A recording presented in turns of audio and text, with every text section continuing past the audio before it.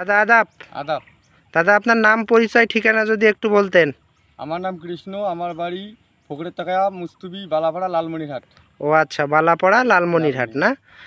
আমরা বর্তমানে আপনার কল্যার জমিতে আছি এবং আমরা আপনার হাতে কিছু কল্যা দেখতে পাচ্ছি এবং আমি আপনার কল্যার জমি পরিদর্শন করলাম। আপনার হাতে যে কল্যার বীজটা রয়েছে এটার জাতের নাম কি? এই কল্যাটার জাতের নাম হলো উষা, হ্যাঁ, কোম্পানির নাম হলো গোল্ডেন শিট। জাতের নাম উষা, কোম্পানির নাম হচ্ছে গোল্ডেন সিড।